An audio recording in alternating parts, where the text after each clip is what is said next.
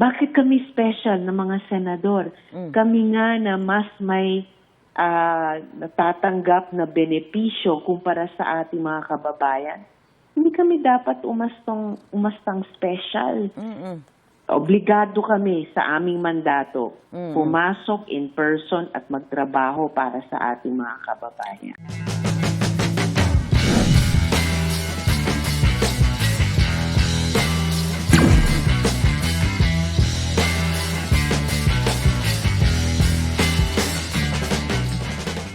Tungkol pa rin sa may init na issues sa Senado, makakausap din natin si Senadora Risa Hontiveros.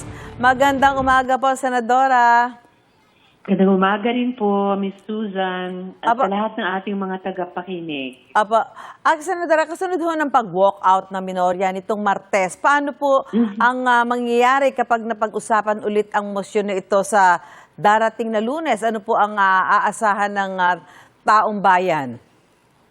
Handang-handa po kami sa minority. Kasama na po ako na idebate hanggang kung talagang pagbobotohan na sa Lunes yung motion ni Senator Marcoleta. Yun naman ang alinsunod sa rule namin, sa rules of the Senate, na dapat one day before pagbobotohan at tatalakayin na ipresenta. Yun yung nilalabag nilang rule nung gabi nung Martes. Kaya nga po ay humantong sa kinailangan naming mag-walk out para lang protektahan ang integridad ng Senado, na isang Senado na sumusunod sa sarili niyang rules. Oo. Paano po, Senadora, kung maulit ho yung nangyari yung huling pangyayari sa Senado na nag-walk out nga kayo dahil ko ipipilit po, ano po yung posibleng mangyari sa Monday? Well, ang posibleng mangyari sa Monday o ang mas probable na mangyayari ay yun na nga po, itutuloy dapat at tatapusin yung debate tungkol dun sa proposed amendment sa rule para bigyang daan yung gusto nilang teleconferencing o pagboto ng isang senador o ilang senador kahit hindi in person, no? Online lamang. Mapagbobotohan na kung yan ang talagang mangyayari sa Lunes. Pero at least yung ganyang proseso ay ayon na sa rule namin. At marami din po kami itatanong na substantive na tanong dun sa proposed amendment ni Senator Marcoleta. Senadora, tutol po ba ang Senate minority doon sa mismong panukala tungkol doon sa online na pagdalo sa sesyon o doon lang sa pagmamadali doon sa pag-amyenda po sa Senate rule? Alin po ba talaga dito yung tinututulan ng minorya? Pareho, Miss Susan. For one, handa akong i-debate talaga yung merits mismo substantively nung proposed amendment. Kasi bakit? Sa kasalukuyang rule, papayagan lang yung boto by online means kung may national emergency o kung force majeure. Ano naman ang napaka-urgent para kailangan gawin yun ngayon? Minsan lang sa buong kasaysayan ng Senado binigyang daan yan, panahon nga ng pandemya.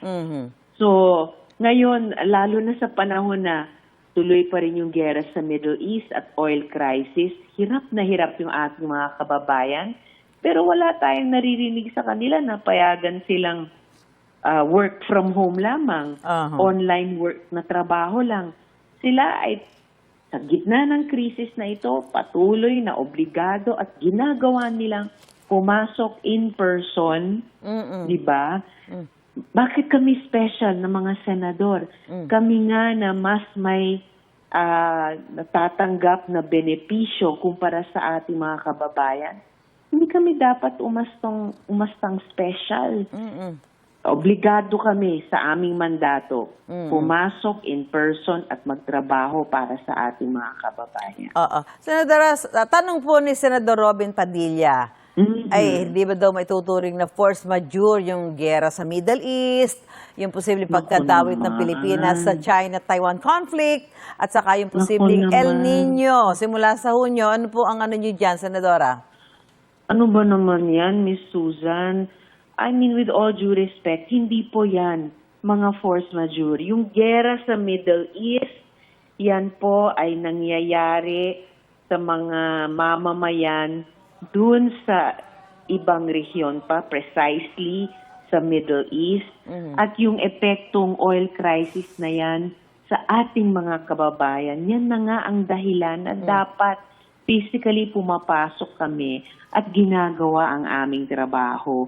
Hindi yung tulad ng nangyayari the past 3 weeks na parang nakikipagpatintero kami sa floor sa mga issue na pangunahing kinalaman sa aming mga sarili. Ang daming nakabinbin na mga panukala para sa mamamayang Pilipino na dapat ginagawa namin in person. Ang napipintong or ang kinatatakutang hidwaan ng China at saka Taiwan, medyo matagal-tagal ng bantayan. Hindi naman namin kinailangan na mag-online work. At yung global warming at saka climate change, inay, ang tagal na rin na yan ay kasama sa mga issues na dapat naming trabahuin in person.